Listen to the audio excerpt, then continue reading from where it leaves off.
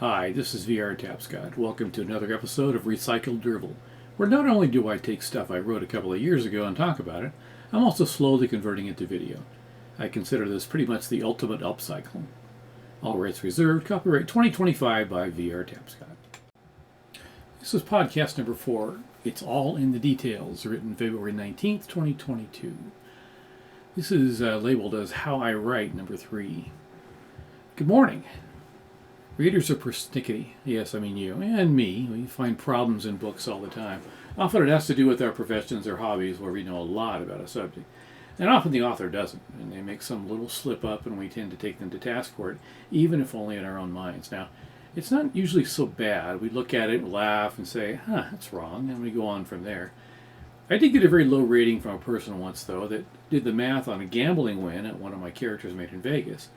Now, he knew how the game worked and what the odds were and what the payouts were, and I was apparently way off in my math.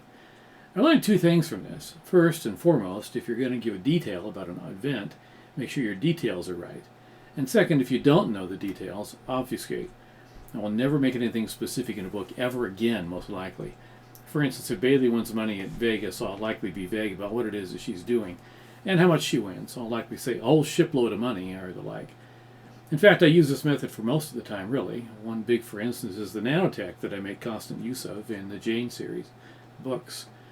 I make sure to have it sound really cool and give an explanation that makes some sense, but I make sure there's nothing that really pins me down to reality.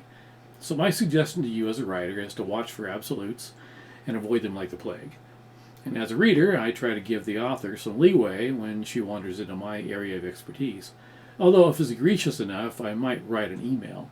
Personally, I like getting email from my readers, and if I have something really dumb in one of my books, I'd like the chance to fix it rather than take a hit with a 1-star rating on Amazon.